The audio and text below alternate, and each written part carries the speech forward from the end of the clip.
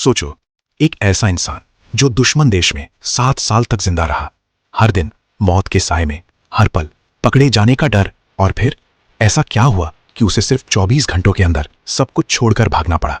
ये कहानी है अजीत डोभाल की। ये उस दौर की बात है जब भारत और पाकिस्तान के बीच तनाव अपने चरम पर था।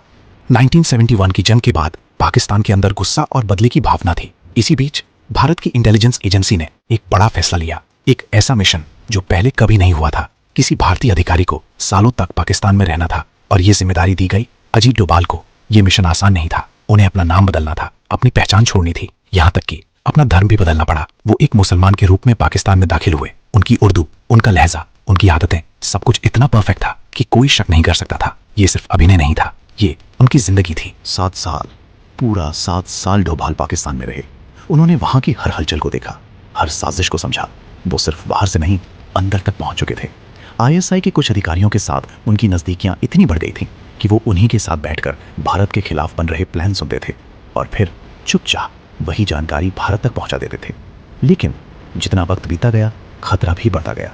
आईएसआई को शक होने लगा था कि उनके बीच कोई है जो उनके राज बाहर पहुंचा रहा है। उन्होंने जांच शुरू की। हर उस इंसान पर नजर रखी जाने लगी जो थोड़ा भी अलग दिखता था।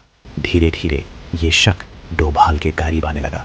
एक रात डोभाल अपने कमरे में बैठे थे। बाहर कुछ हलचल थी। उन्होंने खिड़की से झांक कर देखा। 2 अजनबी लोग गली के कोने पर खड़े थे। वो पहले कभी नहीं दिखे थे। बस एक अनुभवी अधिकारी के लिए इतना ही काफी था। डोभाल समझ गए, जाल बिछ चुका है। उनके पास बहुत कम समय था। अगर अगले 24 घंटों में वो पाकिस्तान से नहीं निकले तो शायद कभी वापस नहीं जा पाते। उन्होंने तुरंत फैसला लिया।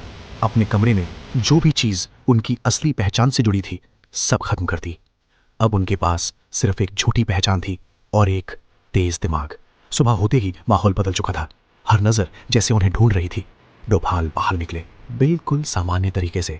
ना कोई डर, ना कोई जल्दबाजी, लेकिन उन्हें पता था कि उनका पीछा किया जा रहा था। 2 लोग दूरी बनाकर उनके पीछे चल रहे थे। डोभाल धीरे धीरे एक भीड़ भाड़ वाले इलाके में पहुंचे। चारों तरफ शोर, लोग, हलचल, और फिर एक सही मौका देखकर वो भीड़ में घुस गए और धीरे धीरे उसका हिस्सा बन गए। कुछ ही पलों में वो नजरों से गायब हो चुके थे। भीड़ से निकलकर वो तंग गलियों में पहुंचे। घुमावदार रास्ते, अंधेरे मोड़, यही उनका सहारा था। कुछ देर बाद वो एक तय जगह पर पहुंचे जहां उनकी मुलाकात एक और भारतीय एजेंट से हुई। उसने उन्हें एक कागज दिया जिसमें एक गुप्त रास्ता, एक सुरंग का जिक्र था। शाम होते ही डोभाल उस जगह पे पहुंचे। एक पुरानी इमारत जिसके अंदर सुरंग का रास्ता छुपा था। अंदर घना अंधेरा था, नमी, घुटन और हर कदम पर खतरा। वो झुककर धीरे धीरे उस सुरंग में आगे बढ़ते गए। काफी देर बाद उन्हें दूर एक हल्की रोशनी दिखाई दी।